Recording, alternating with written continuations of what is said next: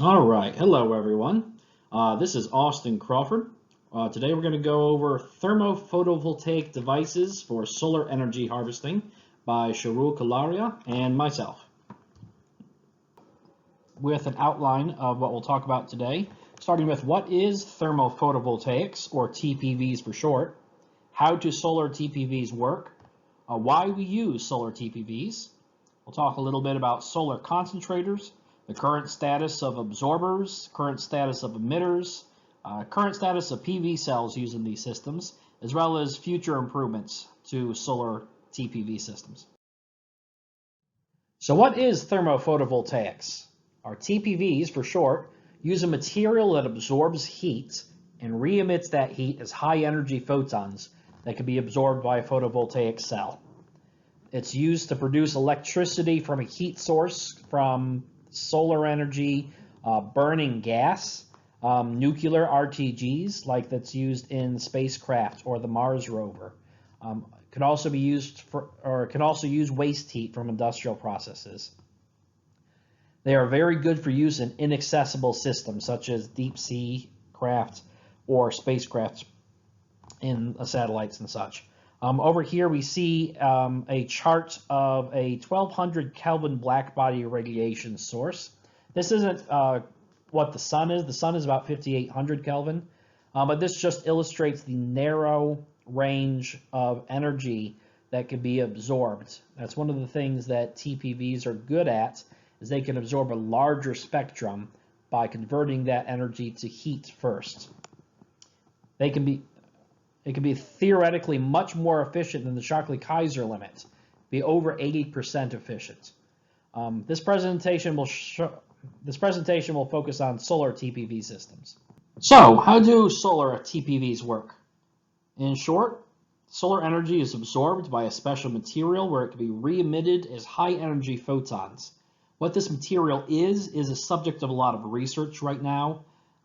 It could be different materials, have different properties and such. So later on, Sharul will talk about the different status of this. But for now, it just absorbs heat on one side and it emits photons on the other side. Those emitted high energy photons can be collected by a PV cell with a band gap tailored to the spectrum of the photons that are emitted, such as gallium, indium, arsenic, antimony, with a band gap of about 0.53 electron volts.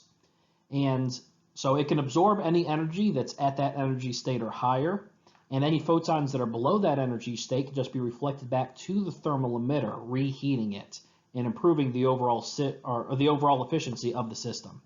So why do we use STPV systems? Well, STPV systems can be far more efficient than traditional PV cells, with a theoretical efficiency of over 80%. However, current technologies are only less than 10% efficient typically. They require very hot temperatures from 1000 Kelvin to 5000 Kelvin or even more. Over here on this chart, we see that the absorber material is fairly efficient at low temperatures, but the efficiency drops off at higher temperatures. Whereas the emitter is not very efficient at low temperatures. The hotter it gets, the more efficient it becomes. So together, this chart down here shows you the overall efficiency of the thermal system with the absorber and emitter combined. You see it's very efficient from about 1500 to 3500 Kelvin, somewhere that range. The efficiency is determined more by the Carnot cycle than the Shockley-Kaiser limit. The Carnot cycle is a measure of efficiency that is proportional to the difference in temperature of your system versus the temperature outside of your system. For the most part, the greater that temperature difference, the more efficient your system can be. So again, TPVs require very high temperatures to operate. And one of the ways they can achieve those temperatures is with a solar concentrator. Optical concentrators are used to focus solar energy to a point where temperatures can get very hot, can reach several thousand Kelvin. Actually, over here is an optical concentrator that I built many years ago using a Fresnel lens from an old flat screen TV. It essentially works like a giant magnifying glass. You put the thing up to the sun and it focuses the sun's energy down to a very small area, and it gets so hot it'll instantly catch wood on fire, it'll boil water, It can even melt the concrete, but it can also melt metal, such as pennies. Was a lot of fun. This image down here, that used to be a penny. Put a whole stack of copper pennies in front of the thing and it would melt them in seconds. So anyway, this wasn't involved, it had nothing to do with photovoltaics at the time. It was just a fun project from like 5 years ago. If I was able to redo this more recently for this project, I would have gotten some better pictures. Well, this is all I have for now. But all that to show that an optical concentrator is able to take the sun's solar insolation, focus it to a point, and heat up the absorber to those very high temperatures, where it can be re-emitted. It is a very narrow spectrum of wavelengths that can be easily absorbed by the TPV cell. So another improvement that it's being made to solar concentrators is a design like this on the screen. Photons are emitted from the emitter, and they're absorbed by newer generation thin film photovoltaic cells. So the walls of this chamber are lined with these cells with mirrors in the back of them. So photons that are not absorbed by the PV cells can be reflected back to the emitter. So we see here this image that any photons with an energy above the band gap of the PV cells can be absorbed. And of course, if the photons have higher energy, it just is converted to heat instead, which is okay. This is a system where we want heat. Any photons that have energies below the band gap instead pass through the thin film material, reflects off the mirror back to the thermal emitter, just heating it up. It improves the efficiency because, again, we're just trying to keep the system hot for those photons to be re-emitted, and they'll have another chance to be absorbed by the PV cells. Over here we see a chart. This red line here is the efficiency of the system with no reflector. Tends to be more efficient at higher temperatures. However, when you add a reflector with this blue line, this is a reflectance of 98%. It drastically increases the thermal efficiency of this system. And down here we see another chart that just shows the efficiency of the system compared to the reflectivity of the mirrored surface. So in general, the higher the reflectivity of the surface, the more photons it throws back at the emitter, the higher the efficiency of the overall system. Hello everyone, my name is Charul Kalaria and I will continue this presentation from this point. As Austin explained, there are 4 major components of any solar thermal photovoltaic cell, abbreviated as STPV cells. Those components are solar concentrators, absorbers, emitters, and PV cells. We will see that what kind of absorbers, emitters, and PV cells are developed and tested so far. On the screen, we can see an illustration of a STPV structure. It was one of the first STPVs fabricated and tested. The absorber used in this cell was HFO2 coated tungsten, and the emitter was infrared emitter. Overall system efficiency of this cell was only 0.8%. The reason for this low efficiency were high cell temperature, high optical loss in concentration, and unideal optical performance of absorbers and emitters.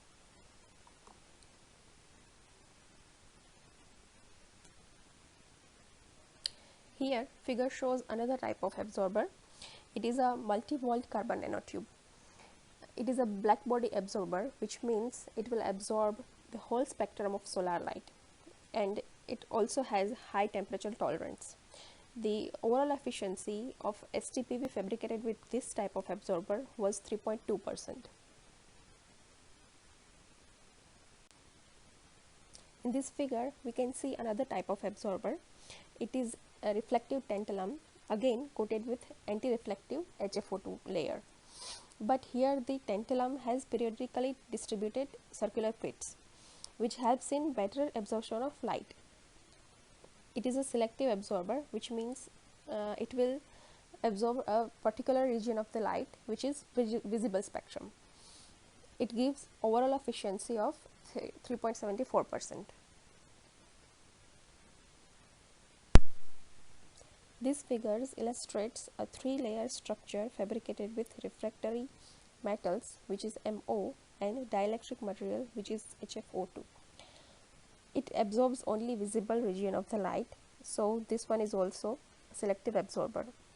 It gives overall system efficiency of 5.1%. Now we will see so far developed emitter materials. The first figure shows SiO2 multilayer emitter.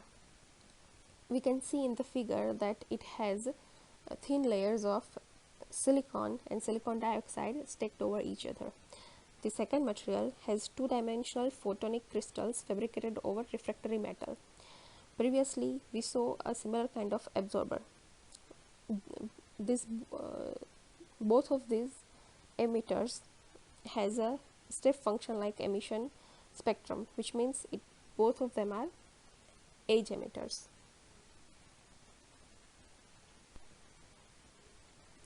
Now we will see current status of PV cells.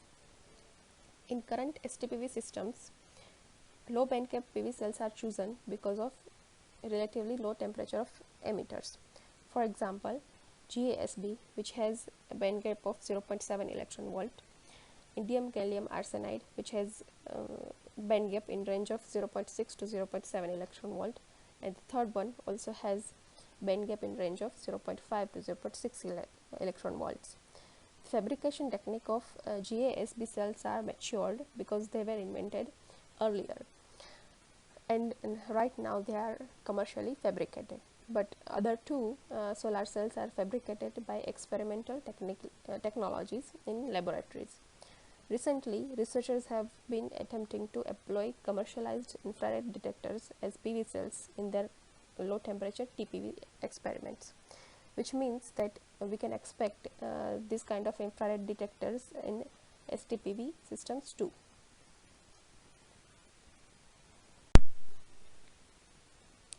Now we will see what are the scopes for future improvements. The first one is efficiency. As Austin explained previously, the maximum theoretical efficiency of STPV is about 80%, but so far maximum efficiency achieved was 5.1%. One way to improve efficiency is to increase the operating temperature. Current STPVs operates at around 1500 Kelvin, but optimum temperature for STPV is around 2500 Kelvin. So by increasing operating temperature, the efficiency can be improved. Emitter to PV cell transfer efficiency can be enhanced by means of near field radiation, side reflectors, and radiation guidance. We discussed two types of emitters, and both of them are edge emitters. Use of narrowband emitters can also help improving efficiency. The second one is material choice. To increase operating temperature, we need materials with long-term temperature stability at higher operating temperatures. Also, cage structure and hybrid system can be helpful in efficiency enhancement. Current STPV operates in vacuum and use water cooling system, but use of air cooling system and inert gas can help reduce the costs. And before we end, we just want to acknowledge some discrepancies between our sources when they refer to temperature or color temperature. They can mean two different things. One is black body radiation, which is the light spectrum that's emitted from a body that is at a certain temperature. Hotter black bodies emit more light toward the blue spectrum, and confusingly, this is referred to as cool light. Redder light is referred to as warm light, even though it's emitted from a cooler body. This can be counterintuitive. So there are some discrepancies in our sources between the color temperature of light and the actual temperature of an object. As we see on this graph right here, the hotter an object actually is, the more, or it changes the spectrum of light that it emits. So different sources use that term differently, and we just want to acknowledge that in our presentation. So STPVs can be more efficient than traditional PV cells. but they are more complicated and more expensive, and also they operate at higher temperatures, so they cannot be used for let's say rooftop applications. They can be used for large scale farms.